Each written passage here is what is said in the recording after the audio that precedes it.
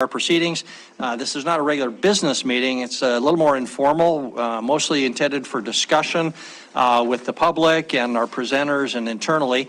We don't make final decisions at our work session, but we sometimes will give instruction to staff to take things back and bring them back. So that's what is on the agenda for tonight generally. More specifically, though, there is an agenda that's back on that card. It's got 5 items on there. And after each one, we'll have an opportunity for public comment. So if you're interested in any of these topics, before we wrap up that topic, we will make sure to have an opportunity for public comment.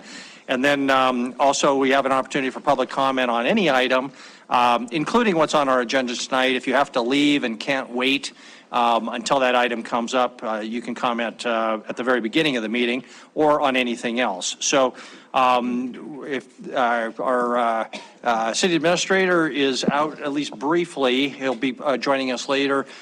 Chris will Kevin will be substituting for Chris. So anything else, Kevin, before we go ahead and open up for public comment on any item? Mayor, I think we're ready to get started. Okay. Very good. We got a full agenda tonight, Council, so we'll try to move as expeditiously as possible. So this is an opportunity for public comment on any item. If you'd like to come to the microphone, please do. We ask that you keep your comments to 3 minutes and just tell us your name and address at the beginning so we know who's who.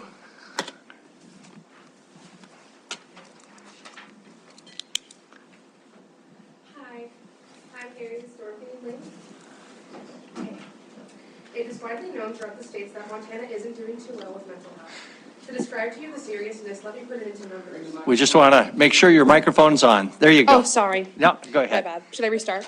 Yeah, go ahead and start from the beginning. Okay. It is widely known throughout the states that Montana isn't doing too well with mental health. To describe to you the seriousness, let me put it into numbers. In 2020, over 300 people took their own lives in Montana alone. I hear a lot of, we need to improve the mental health of our town. How are you going to do that? By improving the mental health of people causing the majority of mental health issues.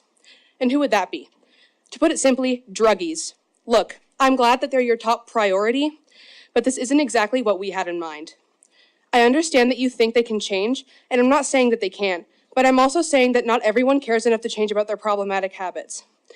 Change is scary to man, and we fear what we do not understand. Change is not for everyone, and you can't fix everyone by putting them in rehab and telling them to stop. Let me address teens' mental health. It isn't good, but that's already well known enough that I may sound like an ear sore. We care about it, sure, but do we really? Do we take time to consider these kids and their personal lives?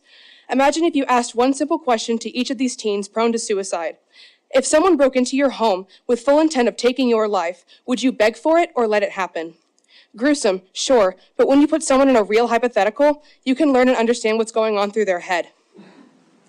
How many teens or even adults would still be with us out of that 300, showing these people that we value them and not the people making it their job to cause them harm? I am a teenager. I'm 15. I go to school every day and get a ride home, but I can't help but frantically check over my shoulder when entering the fence to get into my own home. You adults beg children to go outside and play, but how can I do that when I'm fearful? Am I an exception? Are all the other teenagers and children who live in similar situations just not a concern to you? I can guarantee I don't go around at school and flex the fact that I live next to the loudest dope dealer in town. That would sound awful, and quite frankly, it is. Does the repetition not speak to you enough? Does this not tell you something? Why should I care if these people are crying for help? It isn't my job to keep this town safe. Well, it is actually, but the chief of police says it's too much paperwork for him. You know what I think? You should grow up. If you think I'm standing up here being whiny and complaining about it like a child, that's too bad. I am a child. What's your excuse? Who am I to speak to you like this, though? I'm only some random kid complaining about the quality of life and the safety of our children that live in this city. Where's her proof? It's right here. Me standing here and talking to you. That's my proof. Why don't you call me a liar again? But to my face this time, St. John. Unless you're fine with your city's children being watched half-dressed through their window. Thank you. Thank you. A lot of passion there. Amber Dunn, Dorothy Lane. Let's talk about what happened on Tuesday. My husband came home early from work with a fever. He walked out to get the empty trash can. As he does, a car pulls up, rolls down the window like they were checking it out before pulling in. As they proceed to pull in my driveway, now my gate had only been open for less than a minute at this point. The passenger was a woman we've called the cops on due to a previous night where our lives were threatened. She also knew our house was not Robert's. After they saw it was my husband, they quickly asked for Robert. I believe they were hoping, I believe they were not hoping to find him. They were hoping to find me. What do you think that does to someone's mental health? Two women would not show up with a weapon to attack a man. At least I wouldn't think they would. Regardless, after Wesley got them to leave, they didn't do as the 99% of other people do and go to Robert's house. They didn't come back to his home, nor did they any day since. It's weird. Not really. If we are correct in my theory, they wouldn't come back because they weren't actually looking for Robert. After everything, the cop also has the description of the car wrong. I sent him an email, and I attached you all, but it was never made public to the threads, so I wasn't sure if you received it. Also in that email, Wesley had reminded the officer, Nyquist, of their last encounter, when the cop went and spoke to the perpetrator before the victim, and or the people, me, who called the cops. So again, I asked, do our police speak to an alleged rapist before they speak to the victim of a rape? I think this should be looked into, as I have seen more officers not do their job than I have seen do their job, just speaking on what I've seen myself. Also, on the email that was sent today to Wesley from St. John. That one should have never been sent. Honestly, I am appalled by this email. My husband knows the laws when it comes to firearms, and this email is yet another tally when it comes to showing you that your chief of police needs to step down and retire, and stop coming after the wrong people, law-abiding citizens. There was no reason for this email, not one. And why are you looking in to see if my husband has a concealed weapons permit? He hasn't broken any laws, therefore you had no need to do that. Again, another tally mark. Thank you. Next. Wesley Dunn, Dorothy Lane. You're gonna hand those out before they start your time? Yeah, that's right. Can somebody hand these out for me? Thank you. You stand right here. Okay. Wherever that camera is, right there. Okay.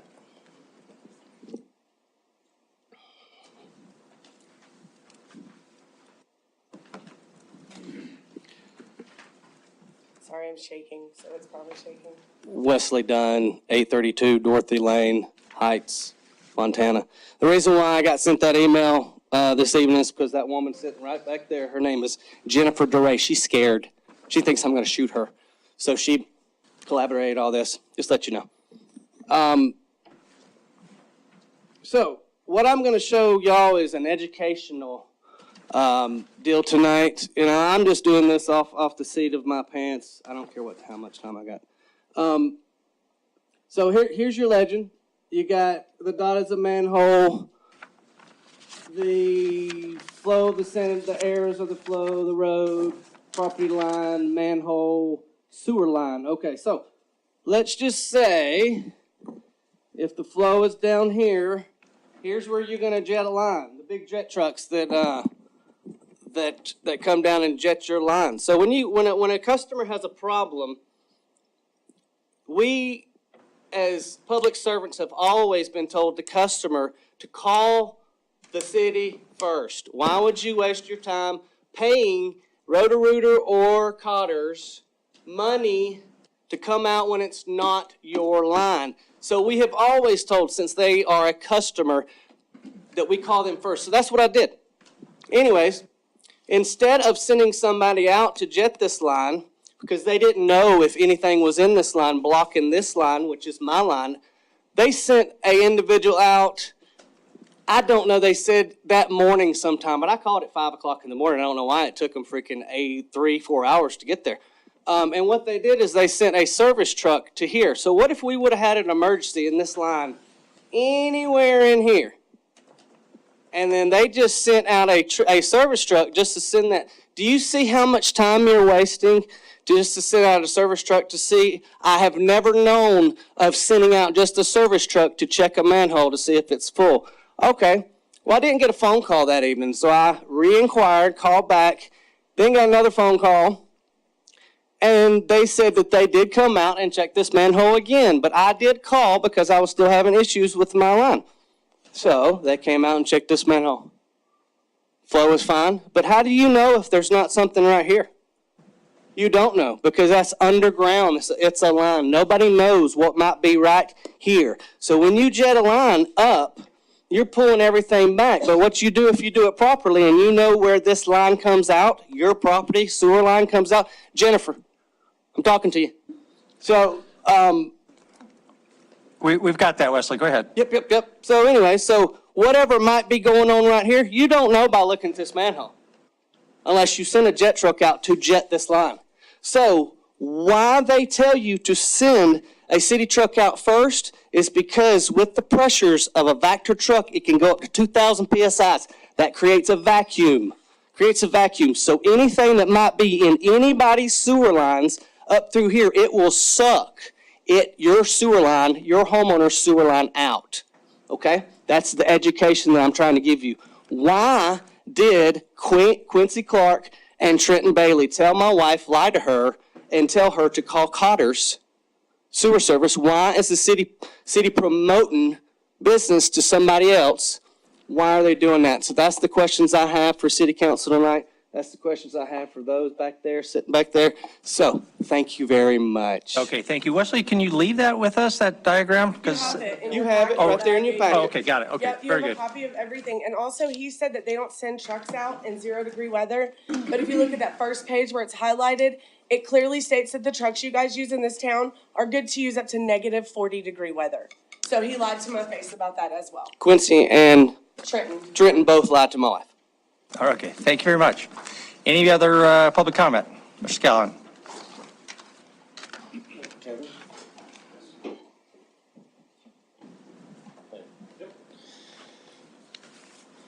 My name's Sean Callahan, live Dorothy Lane. Last time I was in, I spoke about some of the testings that I did on some shopping carts.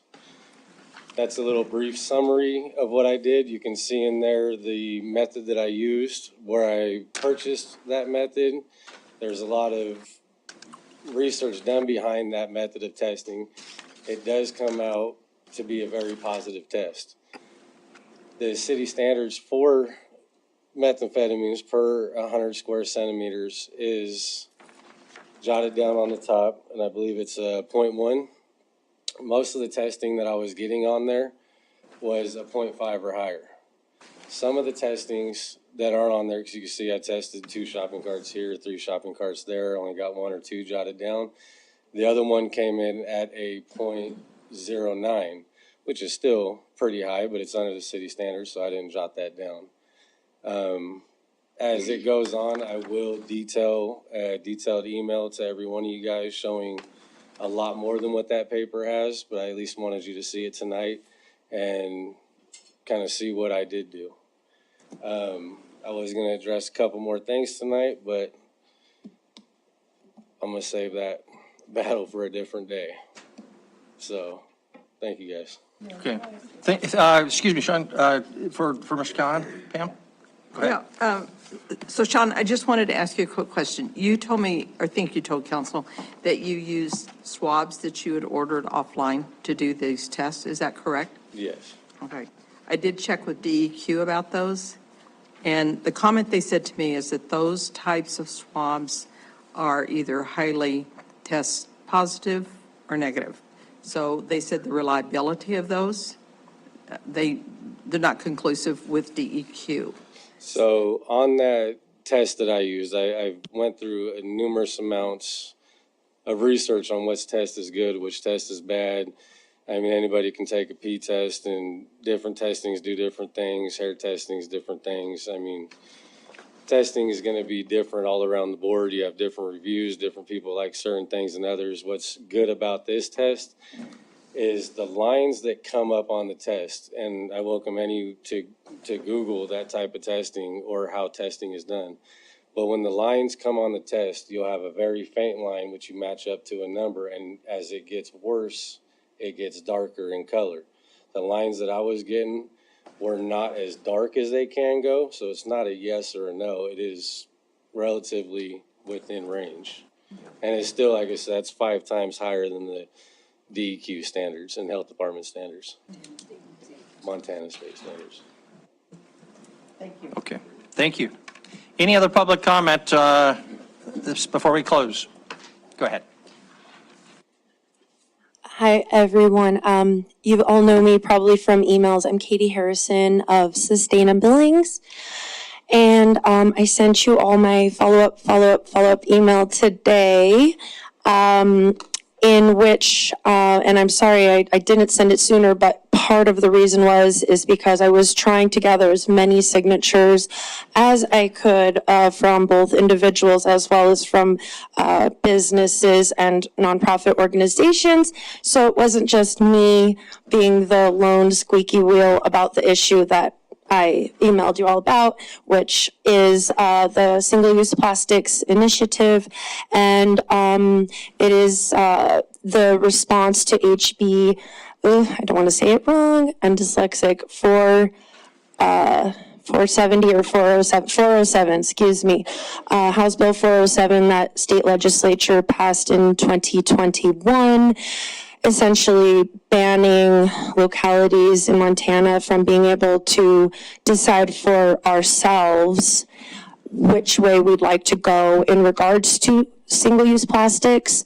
And so I was able, as of today, to get a number of businesses to sign on to this letter that I sent you all, including Town and Country Foods, Rainbow Bar, Midtown Market Garden, Kirk's Grocery, Agri Organic, Sustainable Montana, as well as a few others that you all will have in your email.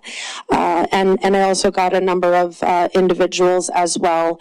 I'm sure it would have been many more names and possibly more businesses.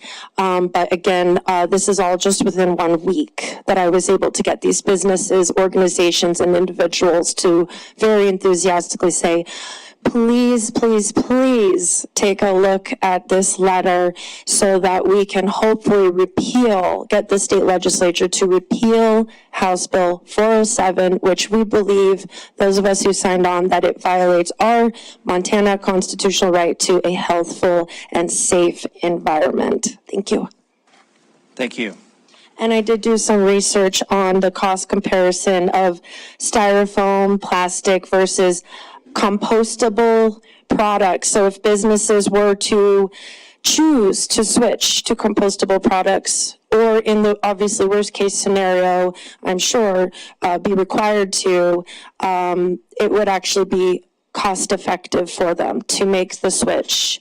And I know local organic composting companies would be happy to take their compostable plates as opposed to the styrofoam and plastic ones that end up in the landfill and blowing up against our hillsides when it's windy. So thank you. Thank you. Any other public comment? Don't see any, so, and nobody online, so we'll close the public comment period and move ahead with our agenda. First item up this evening, speaking of sustainability issues, is our Energy and Conservation Commission report on our Lead for Cities Gold certification. And Lewis, are you leading our discussion? If so, it's all yours. Thanks, Mayor and Council. I'm just introducing Glenn Foy, who's our commission chair this evening. Just a little background on the commission. Was formed in 2019 as an ad hoc commission with a 4-year term, so it will actually expire at the end of June this year. It consists of 7 citizen members who are required to have experience in energy or conservation, and then 2 city representatives, of which I'm one of. So I'll let Glenn take the lectern. Thanks very much. Good evening, everyone. What I'd like to do is give an update on the ECC, and as Mayor Cole says, we're super excited about Lead for City for Gold, and we're going to talk a little bit about that. But I also want to update a couple other things that are important. First, what I'm going to really be talking about is that, we reported really almost 3 years ago, we did an audit of the energy and resource consumption within the city. And one of the things that really was remarkable to us was how ingrained cost reduction and some sustainability mandates were within the city. And so, since even then, since 2019, we've had another 35% the city has saved in terms of kilowatt hours per year, which, from a translating into a savings perspective, it's roughly another $200,000 a year that the city's saving because of some of their sustainability mandates. And one of the things that's going to be a common theme when we talk about the lead for gold and our success in that particular endeavor is what is really came out to the national and international folks that reviewed our application is how the city has done such a nice job in terms of driving sustainability and lowering its overall cost. They believe that fundamentally that becomes, and they're in the process now of putting a case study together for the city of Billings with that particular tagline. That's something they haven't seen before, I think that's we like to commend the city on really demonstrating that. The second thing again is the lead for cities certification for gold, 21st city in the world to be able to do that, first in Montana. We like that. There are other people that think that they're more sustainable than us. We like to that's a big thing for us. But really what this is this isn't about energy savings. It really is, what's important about the lead for cities, it's about the quality of life and it's sustainable governance. It's really, and we'll talk a little bit about that later on, but it's really is a really a strong endorsement for the city in terms of the way they run it. As we talked about, there's 21 cities that have gold, as you can see here. Lead for city doesn't even have a gold emblem. Everybody's silver. So you can see the little emblem. So we want to change that. That's one of the things we want to change with them. The last thing is that Lewis touched base on it is that the second thing that we're going to do is we're recommending that the city continue to roll out awareness of this achievement because we think it has big impact with the stakeholders. We'll talk a little bit about that later on. We continue to do that with the public information officer. And kind of the last thing that we want to talk about is that the ad hoc commission charter expires in June. We think that sustainability is a long-term objective for the city, and we think that we want the city to consider really extending that because it's important for the city moving forward. In terms of the specific recommendations, the commission is recommending to the city that it aggressively pursue branding around Lead for Cities, particularly because it is such a unique level of sustainable governance, but many of the stakeholders in the community, like Big Sky Economic Development, Chamber of Commerce, the healthcare entities, have already started to integrate this into some of their branding. One of the other things that we're also seeing is that this can be an important element in grants. And as many of you well know, there's a lot of grants available for infrastructure, for energy offsets, and so on and so forth. So I think having this stamp on the city is going to be important, and we are recommending that the city pursue that. The second thing that we do is that at the end of the day, Lead for City is a framework, but it's also a benchmark. It's able to benchmark the city of Billings' performance against the rest of the nation.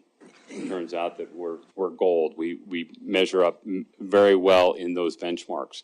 But what's important for a city is that to have these benchmarks to see how we're doing and nationally for many of our initiatives. So we think that the city should adopt it as just a benchmark to see how we're doing and moving forward with some of our decision making. And finally, the last recommendation is that our 4-year term expires in June. We're recommending that and again, I'm not a political person, that this should be an ongoing effort. It's a continuous effort as opposed to a 4-year snippet. So So again, getting back into the actually ECC, we've talked about this earlier. We completed the resource inventory. We were tasked for June 2019 through June 2023. Recommend a roadmap. We've done that, and a framework, which we believe is the lead. We'll talk a little bit about that later on. We'll talk about the scorecard on how we actually did, which aligns with many of the city initiatives on where we need to go. And the team is now focusing on a long-term implementation plan. What we've done is align the ECC with its members and their teams to have recommendations for the city for the long-term implementation. That's what we're focusing on right now. That's to be delivered by June. What's also happened is, as you guys well know, is that the amount of sustainability programs that the city has engaged in has increased significantly over the last really 2 years. From 2019 to 2022, there was a significant increase in the number of an additional 100 projects to save money and energy within the city. That really has increased in 2022 with the audit, about 9.5 million kilowatts of energy saved within the city. What does that mean? That ends up being probably about $850,000 a year in terms of energy savings. A little bit more about the lead for cities. Again, I think that was an important element for us. What's really important about the lead for city, and I'm going to jump forward because we're running out of time, is that the lead for cities is a combination of STAR certification and leads for cities. So it's a combination, it's a blend that they merge together. And what's really important about lead for cities is it's very flexible. It's a framework. You measure yourself against the national standards, but it's very flexible. And that's one of the things that we were able to, Billings does what Billings does.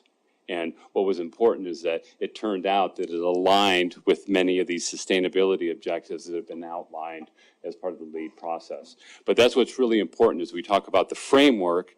It's a framework of all of these activities, but it allows Billings and allows the city to do what it needs to do to run its business with its priorities. Since Gold has come out, since we received that, there's been a lot of local media around it. Primarily, there's radio, television, and included in your packet, there's been a lot of articles. What we're also excited about is the USGBC going out to their international reach, making Billings as a case study, relative to cost effectiveness and LEED certification. We think that that's going to be a big deal, and it'll be an important case study that can be utilized by Big Sky Economic Development Council, Chamber of Commerce, and so on and so forth. A little bit about LEED for structure, and this is going to be important because I want to introduce this for when we get to the scorecard, because that's going to be important. But again, and some of you who have been here since the last couple presentations, is it's a whole community approach as it goes from planning to parks to public safety to energy to waste. It's the entire community. Okay, so it's all about the quality of life. There's a numerical scoring system to it. Get a certain number of points as you measure up to the benchmarks. When we presented this initially, this concept to the city council, we thought that we were going to hit gold. We did better than that. We like to overachieve, but really we were just sandbagging. We just wanted to tell you that we're going to come back and do better than we thought. Here's our scorecard. Okay, I don't want to get too much into depth. It's a busy slide, but you can see these are all the different categories. If you actually run through here, the big areas I talked to, planning, natural system, green spaces, transportation, water efficiency, all the different areas. And there's also scoring areas for innovation and regional priority. Now, within each of those categories, there's prerequisites and there's areas where you can score credits. Okay, what's really important is that this is the actual scorecard. To get gold, you needed 60. We're a volunteer commission, so we focused our effort to get right over the hump. There's more opportunities for us in terms of the number, but there's a big gap between gold at 60 and platinum, which is 80. So, there's still some points that are left on the table overall, but for the sake of time and being able to get this done, we went ahead and submitted because we knew that we were going to be able to get over the goal. But in terms of the areas where we came out great, okay, where Billings has really kind of international recognition is natural systems. Okay, you can see where, you know, we basically nailed 8 out of 9 on that one, and that's because of the amount of park space and green space that we have in the community. It's 9 times what is required as the benchmark. Okay, the other thing is transportation and land use. We did well in that area. A lot of that had to do with some of the chargers, electric vehicles, and so on and so forth, you know, relative to that. We also did really well in terms of energy. Because of our use of energy, as well as the mix of energy, we have a relatively low carbon footprint for our energy use. Those were big areas for us that were big scores for us. Now, the areas of opportunities. We all know where the areas of opportunities are. Water efficiency, there's an area there is that we use too much energy per capita to the benchmark. Okay, so there's opportunities in there for us, you know, relative to some programs of non-potable water use and some of those types of conservation programs. But here's an opportunity for us moving forward. The important thing about water efficiency is that it costs the city money to pump the water. So there's a fixed cost and there's variable costs associated. If we have the ability to reduce our water consumption, we will thereby be able to reduce the cost to the city, which is what this is all about. The second area where there's a tremendous amount of opportunity